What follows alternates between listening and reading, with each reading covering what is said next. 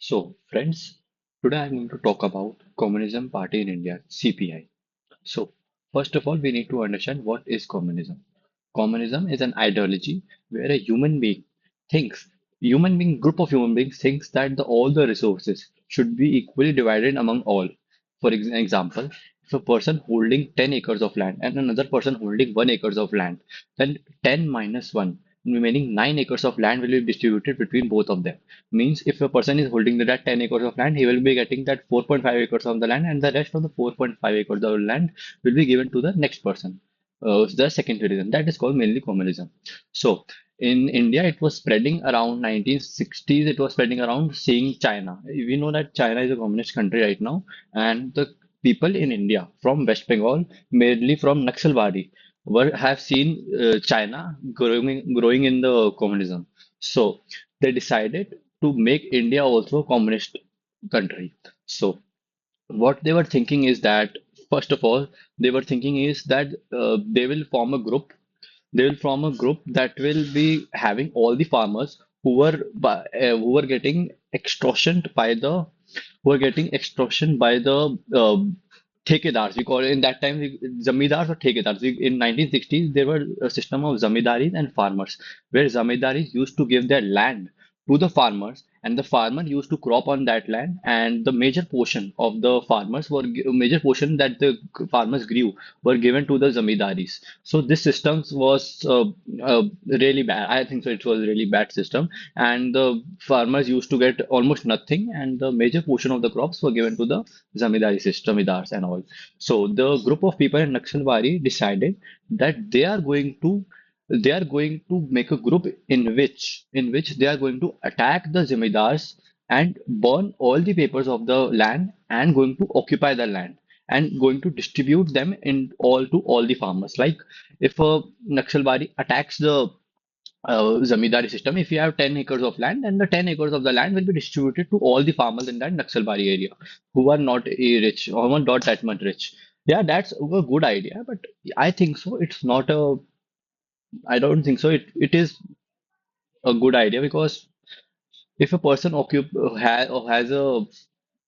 has a ownership of this land, then I don't think so that person wants to give the land to some or the other person just because he's poor, just because he don't have that land. So I'm going to talk about the ideology which they were having. They were carrying an ideology of armed insurgency and rural movement, that they are going to attack all these zamindars and take their lands and going to distribute between the farmers. That was literally not a good idea.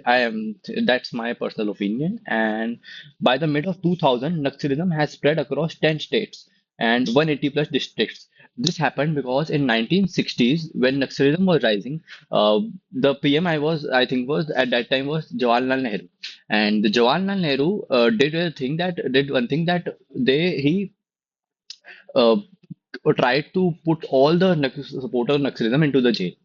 And this idea was a really good idea, as from 1960 to 1970, Naxalism was going down, very down. And till 1970s, when Indira Gandhi was the Prime Minister of India, the Naxalism was reduced, so very low, I will say that.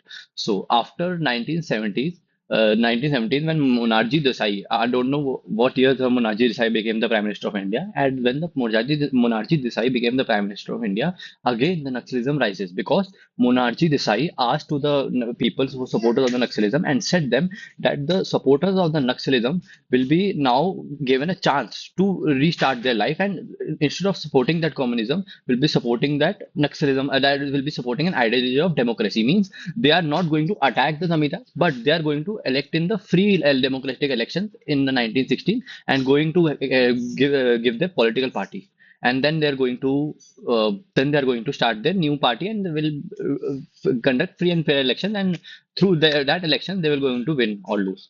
So but the people who were now coming out of the jail were not thinking like that. They were not at all thinking like that. They just regroup themselves. They just came together and restarted the idea of Naxalism. Means they were all again starting killing of peoples, killing of rich peoples. Even the Tata company in Bengal, I remember, and I have just seen that in 1990s, the Tata company has set their plant of nano there, but the Naxalism people has started burning the factories of the Tata company. I don't know it's the burning or something, but they have started to destroy their plant. So the Tata has to leave that West Bengal place and go to the Gujarat state. That all I have read about the Naxalism. Thank you so much. And I don't follow this ideology at all. Thank you so much.